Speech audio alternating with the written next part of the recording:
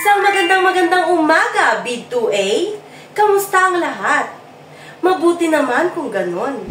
Seni, maaari mo bang pangunahan kami ng isang panalangin at damhin natin ang presensya ng Panginoon? Panginoon, maraming salamat po sa ibinigay ninyong panibagong pagkakataon upang kami ay matuto.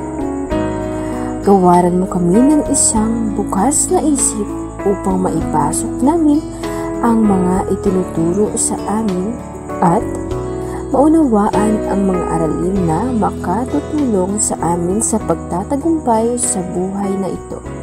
Amen. Maraming salamat, Seni. Bago kayo umupo, pakipulot muna ang mga kalat sa ilalim ng inyong upuan at pagkatapos itapon ito sa tamang basurahan. Narito ang mga alintuntunin na dapat nating sundin sa ating silid-aralan at tatawagin natin itong bida. Dahil ngayong araw, tayo ang bida sa pagkatuto. Sa unang letra, letrang B, bawal ang maingay. Kapag oras ng klase, dahil kailangan nating makinig at matuto. Sa letrang I, igalang ang bawat isa. Sa salita at kilos, maging magalang. Parang ating classroom ay maaliwalas at walang sigawan. Sa letrang D naman, dapat responsable. Kapag may nasimulan, tapusin. Kapag may nasira, ayusin. At kapag may mali, itama.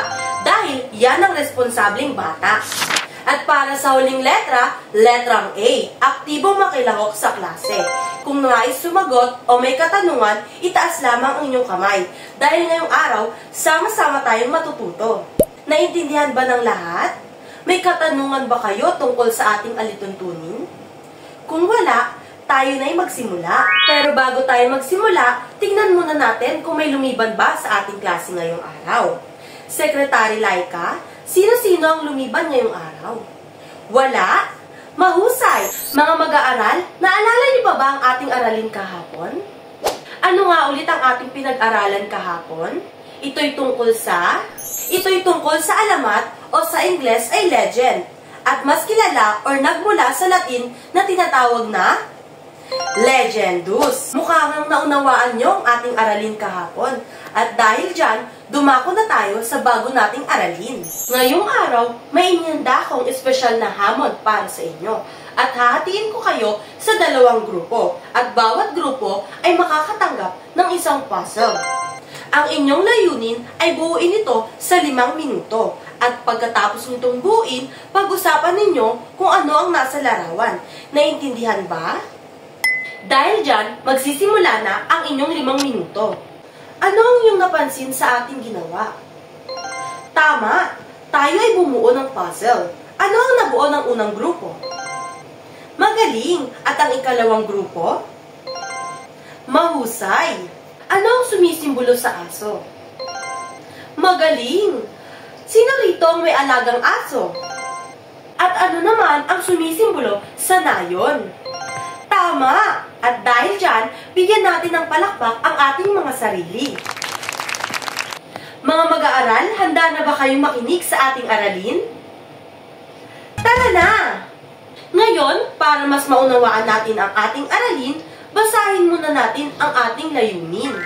Sa pagtatapos ng aralin, ang mga mag-aaral ay inaasahan na matukoy ang pabula at elemento nito. Maisadulang isang eksena mula sa pabula gamit ang angkop na kilos at ekspresyon. At mapahalagan ang aral na makukuha sa pabula sa pamamagitan ng pagtukoy ng aral sa nabasang kwento. Narinig niyo na ba ang salitang pabula? Ano nga ba ang pabula?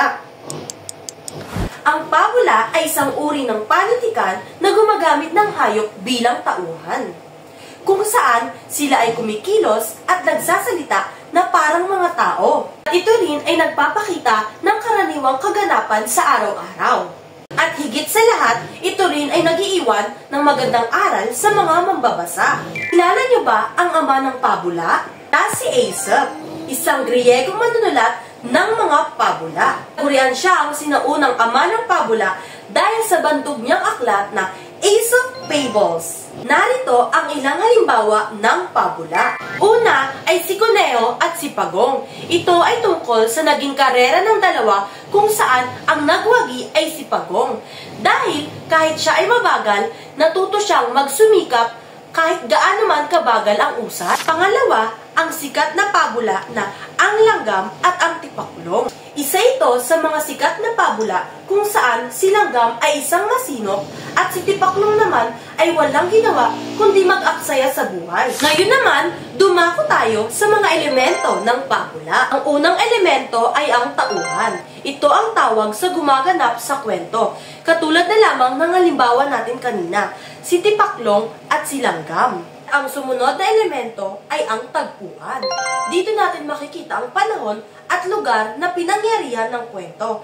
Katulad na lamang ng sa gubat, sa isang araw, sa isang hapon, at sa isang nayon. Pangatlo ay ang banghay. Dito natin nakasaad ang pagkasunod-sunod ng mga pangyayari.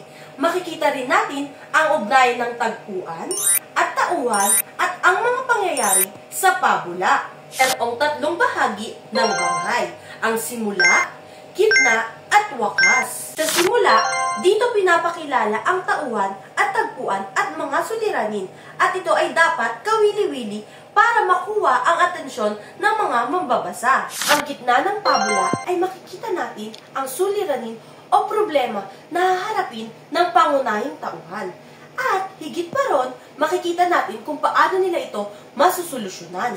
At sa wakas ng pabula, dito natin makikita kung paano nga ba nagkaayos ang dalawang magkaaway na pangunahing tauhan. Mababasa rin natin dito kung ano nga ba ang aral o mensahe na mapupulot sa kwento. At ang pang-apat na elemento ay ang aral. Mahalagang leksyon o mensahe na nais ipahatid sa mga mambabasa. Ito rin ay makikita sa dulo ng pabula kung saan ito ay nagsisilbing gabay na maging mabuting asal at ang tamang pag-uugali. Naunawaan niyo ba ang mga elemento ng pabula?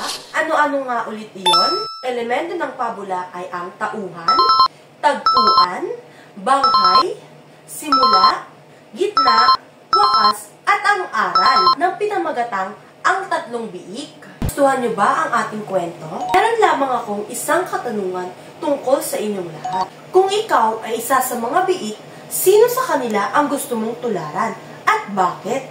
Isulat lamang ito sa papel. Mga mag-aaral, naintindihan niyo ba ang pabula at ang mga elemento nito? At dyan, magkakaroon tayo ng pangkatang gawain at hahatiin ko kayo sa tatlong grupo. Gawain natin ngayon ay tinatawag na instant pabula, biglaan pero benta. Ngayong araw, gagawa tayo ng isang masaya, kakaiba, at mabilisang pagsasadula ng pabula. Pero may twist dahil hindi ito basta-bastang roleplay lamang na may script. Sa gawain na ito, hindi lamang tayo basta magpapakita ng pabula. Sa araw na to, susubukan nating mag-isip ng mabilis at magtrabaho bilang isang grupo. Pakita natin ang aral sa kwento sa pinakamalikhaing paraan.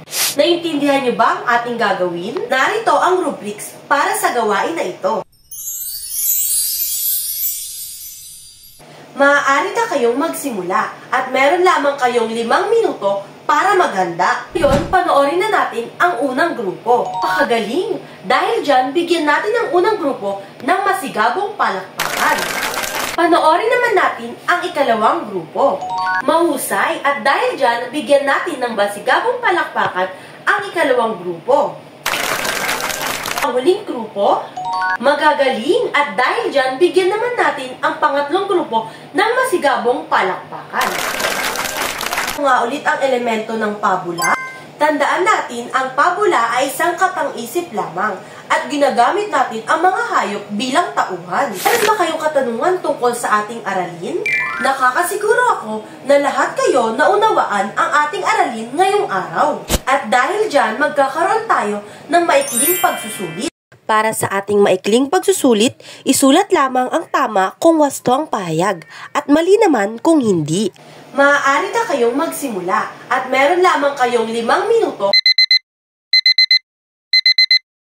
Narito ang mga tamang sagot. Number 1, mali. Number 2, tama. Number 3, tama. Number 4, mali.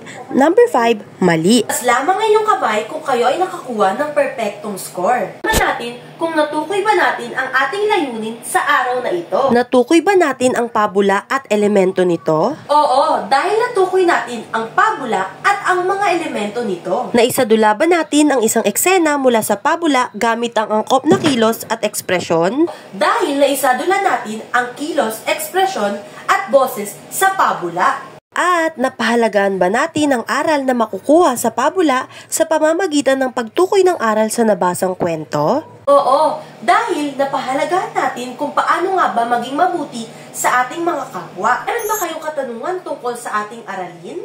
Tandaan natin, ang pabula ay isang katang-isip lamang at ginagamit natin ang mga hayop bilang tauhan. At higit pa roon, nag-iiwan ito ng magandang aral o mensahe sa mga mambabasa. Dahil wala na kayong katanungan, dumako na tayo sa takdang aralin. Para sa ating unang takdang aralin, gumawa ng isang maikling pabula na naglalaman ng 5 hanggang 7 pangungusap. Nakalagay rin ang pamagat, elemento at aral na nais mong iparating. At isulat ito sa isang buong papel at ipasa ito sa susunod nating pagkikita, March 19, 2025. At para naman sa ating ikalawang takdang aralin, maaari lamang basahin at unawain ang susunod na aralin, dulog at estratehiya. At tayo ay magkakaroon ng isang oral recitation. Maraming salamat sa inyong pakikinig.